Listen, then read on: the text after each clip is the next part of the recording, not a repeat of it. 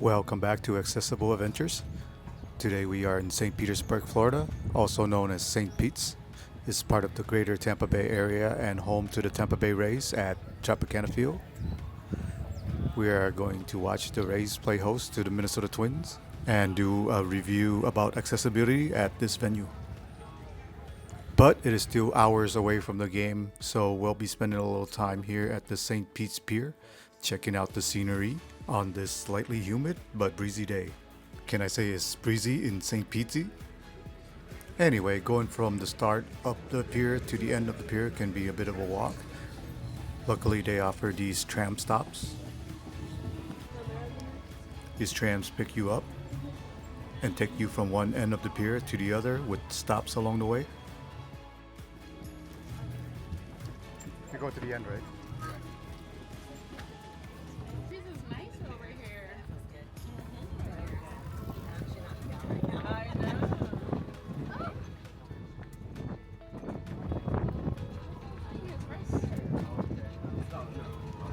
Hold the bag.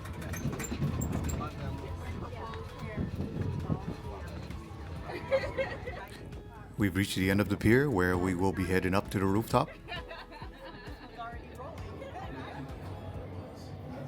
Taking the elevator up to the 5th floor to Pier Tiki.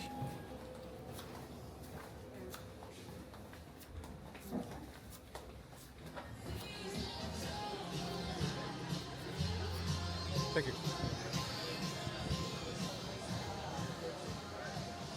The space up here offers a panoramic view of the St. Petersburg skyline as well as Tampa Bay.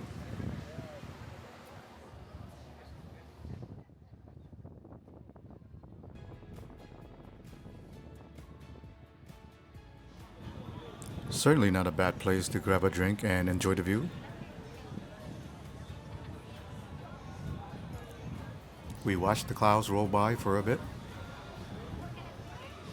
before it was time to head out to the game.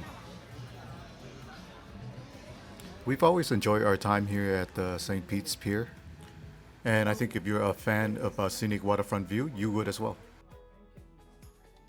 This space is also designed with accessibility in mind, with the free tram service and the wide pathway makes it easier for wheelchairs. Also, there are plenty of palm trees here, and I like palm trees. Tropicana Field, aka the Trop, aka the cement tent. What can I say about this place? It was built as an all-purpose stadium and completed in 1990. In 1998, the Tampa Bay Rays started playing their inaugural season here and has been calling this place home since. Currently, it has the lowest capacity and is the only stadium with a fixed roof in Major League Baseball. The Trop has gone through a few stages of renovation since opening, with much of the effort focusing on accessibility with modern ADA standards. Let's explore Tropicana Field and see how it fares in terms of accessibility.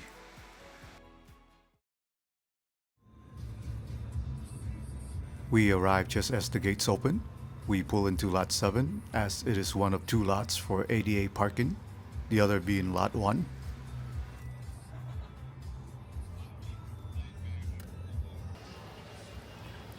Arriving early sure has its advantages.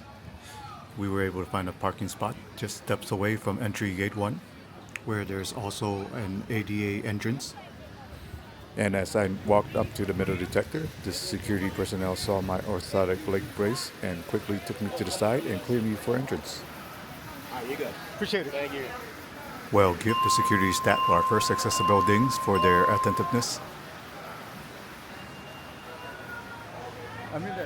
Making our way into Tropicana Field, there are plenty of palm trees.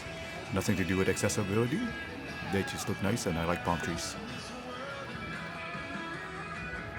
I see you dancing. I have to go through this way.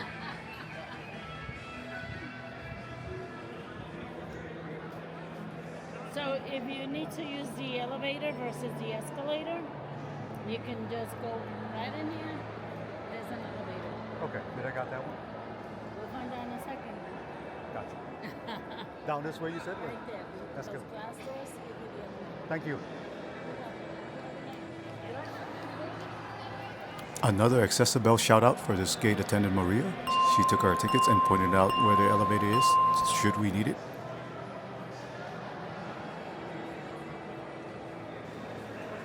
We take a look at the main rotunda at Tropicana Field. And there are some Rays legends: Wade Bogg, Carl Crawford, Fred McGriff. They call him the crime dog.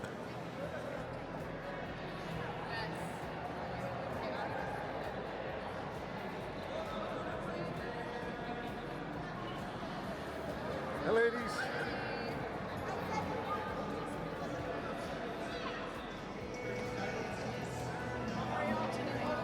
Good, how are you? Where are you from in Minnesota? St. Paul. Oh, okay. Within minutes of entering the stadium, we are greeted by tons of friendly folks here on staff at the stadium.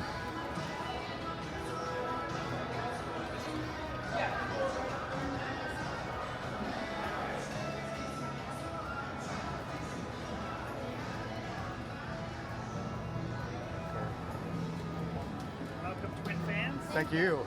Even section to the left, odd to the right. Awesome.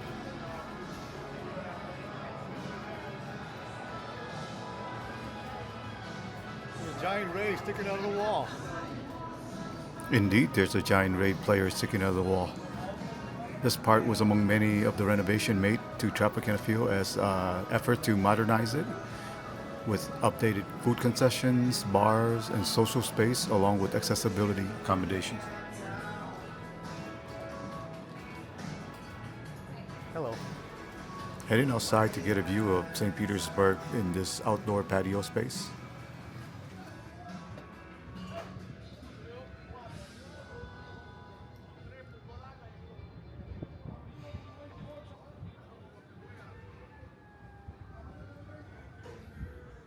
The view is very nice out here, but the weather is still early September in Florida, so still muggy. Luckily, this facility is indoors and under climate control, so we don't have to sit there and sweat for the whole game. Walking from this part of the concourse to the outfield Budweiser porch, it is very roomy out here. Where do we get the Rays experience?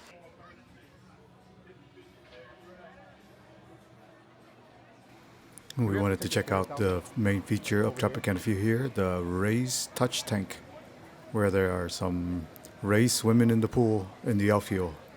Let's go down there and interact with those Rays. Thank you. There you are, around that corner. Thank you.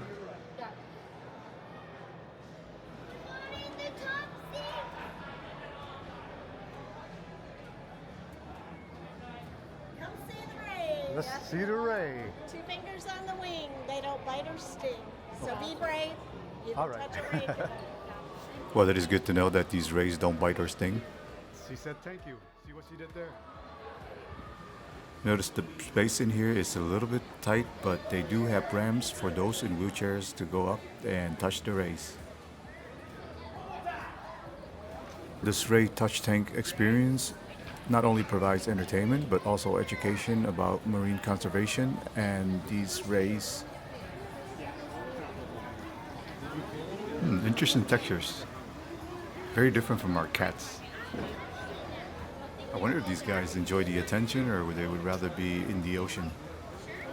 Either way, these guys are very well taken care of by the partners at the Florida Aquarium to keep the tank maintenance.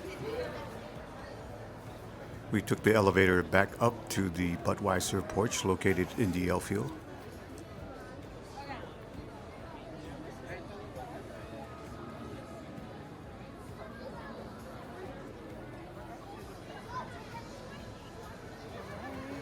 Stadium is still filling up. It is very early. It's about an hour away from first pitch. So we're hungry. Let's go find something to eat. They have these self-ordering kiosks. After your order is placed, you can pick it up at one of the concession vendors here.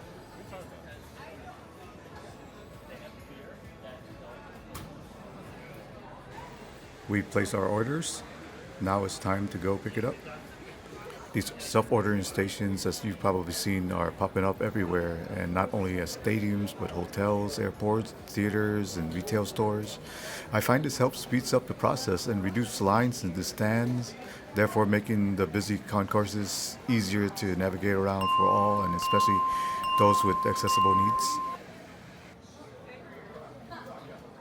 Anyway, Let's pick up our food and eat. I got the hot dog. She's got the pork potato nachos. That's really good. This dining space out here in the Budweiser porch. There's some steps to get down. Otherwise, they have a wheelchair ramp. And a wheelchair-friendly ramp is always worth chiming the accessible bell. Now that we ate, let's go check out the rest of the Trop. Hello. This is where I have my first discourse with Tropicana Field when it comes to accessibility. Going down this walkway is very narrow. I can imagine it would be a challenge if you're in a wheelchair trying to navigate here when it's game time and it's crowded. Looking up at the roof here is where the Trop draws the most discord from its critics. The white roof with the rings of low-hanging catwalk and bright light right above the playing surface makes it hard to catch a flying baseball. Not to mention the balls often get stuck on these catwalks as well. But hey, there are some recliners. It's like watching a game in your living room, but on the outfield. We continue down the walk path to get a view from behind home plate. And just as we approach home plate, the walk path gets cut off. Hello. Do you know if there's somewhere I can get right behind home plate for a shot without the stairs? Probably the closest you could, no, not behind home plate. I mean, it doesn't have to be direct, but just anywhere with the behind the plate view. Well, I was gonna say, if you go into section 101, Okay. that's a direct view. Gotcha. Okay. How do I get there? Do I have to go back out this Well, way? if you go out this way, just go over Oh, a couple okay. sections. Oh. There's aisles or more. So no stairs if I go through here. Yeah, there's no stairs. Awesome. Thank you. Let's go around. So this walkway that is labeled 360 degree walkway is not exactly 360 degree. It's more like 345 degrees. It cuts off right around home plate, as you can see. How do I get behind home plate? It leads us back to the main concourse, where we'll have to walk around a couple of sections behind home plate in order to get to the other side of the walkway. So a bit cumbersome.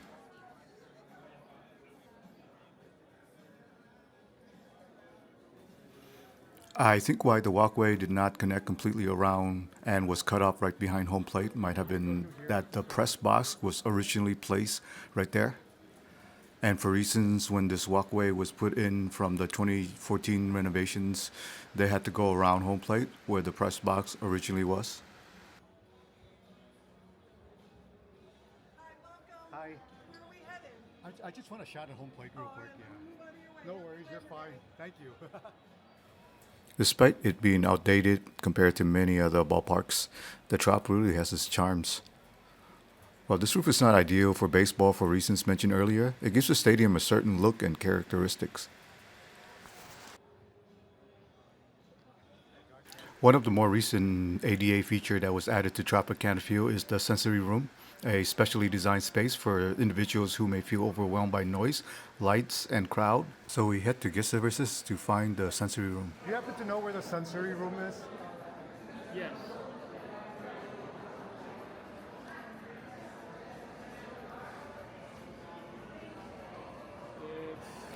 Suite 45.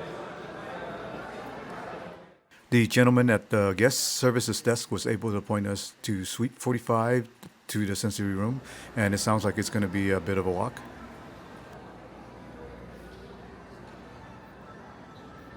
Is this the way to the sensory room? Sorry. The sensory room? Right, then a left, and you keep going. It's on the third base side. All right. Thank you.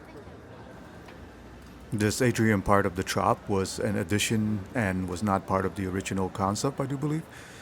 It is wider here and has large windows to let in natural light, a little bit more modern and something that's different from the rest of the stadium. 45. This to the left. Oh yeah, last time we were up here on the second level.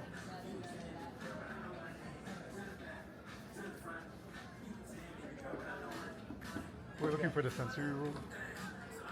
It is the sensory room where you let what's her name know. We're gonna bring it down this way. It's my Suite 45. Suite 45. So I'll walk Awesome. you here and Hey, hand you thank off to the boss over there. Hand us off. I don't mean it that Not way. going to be a problem. We're a Twins fan, is it? Oh, no, not at all. We met up with Dixie, who took us into the sensory room. Hi. Wow, this is great. It's got noise proof. Yeah, and, if the people want the game on, there's a remote right in here. Well, it was in there. Somewhere Somebody here. left it over there on the. Okay, yeah. And then there's juice and water in here, help yourself. Okay, awesome. And this is awesome. Oh, this is great. It's a good. sit in there, don't do that. So when we're done, we just let ourselves out. When we're done here, we just let ourselves out. Awesome. Great, thank you, Dixie. Appreciate it. Being at a large venue can be overwhelming for some people. In many public venues now, you can find a sensory room similar to this one. A comforting space with soft lighting, calming sounds, and many more features to provide guests with diverse sensory needs, some relaxations before rejoining the event once they feel more comfortable. And you really get a sense of isolation from the rest of the crowd in here. We head back down to find our seats and catch the start of the game. It looks like the national anthem has already started.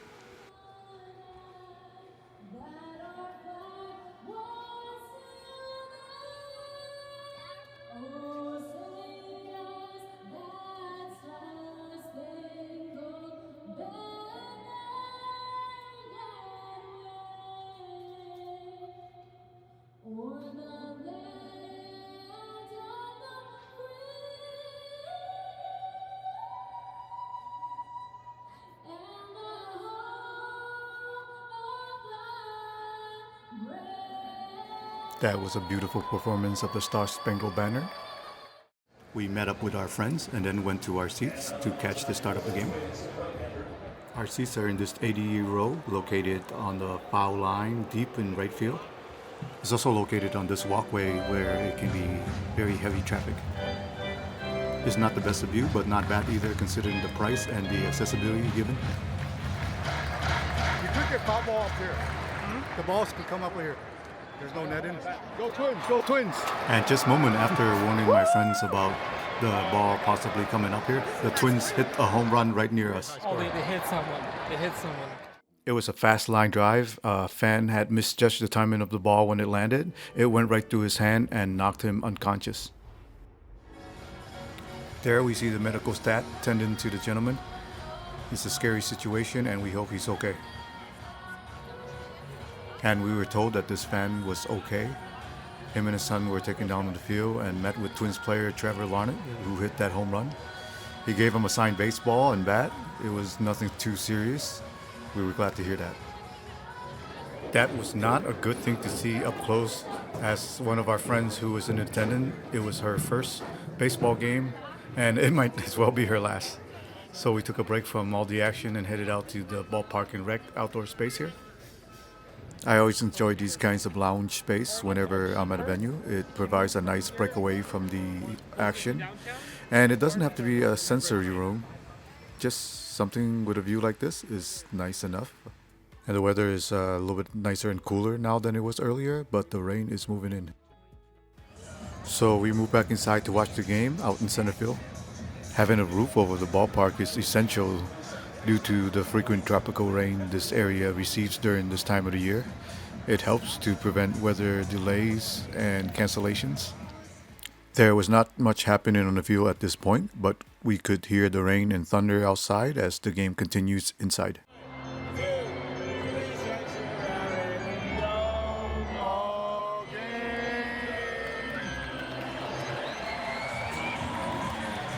Let's go Twins! Home run Twins! Home run! Second one! After the Twins hit this solo homer in the top of the eighth, the Rays answered with a solo shot of their own in the bottom of the eighth. And the Twins win! However, on this day, it is a Twins win. A close one over the Rays, 5-4.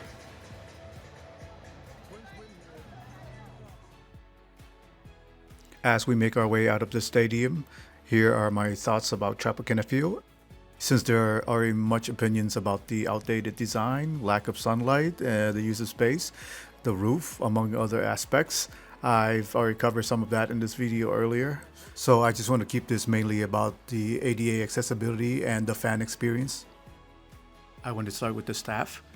Every single person on staff that we interacted with here was very delightful. They were as friendly of a staff as any other venues that we've been to. Most importantly, they were all very helpful in pointing our way around. Having an accommodating and knowledgeable staff like this is key to a fan-friendly experience, especially for fans with accessibility needs. As for the facility itself, when it comes to accessibility, I could see that there has been efforts to keep up with ADA compliance despite the stadium's age. The first thing I noticed about it was the generous amounts of ADA parking space. It makes it easier for those with mobility challenges to have those parking spaces just steps from the entrance. And there are plenty of accessible entrances to get you inside as fast as possible as well. Inside, you'll find accessible bathrooms and other accessible points clearly marked throughout.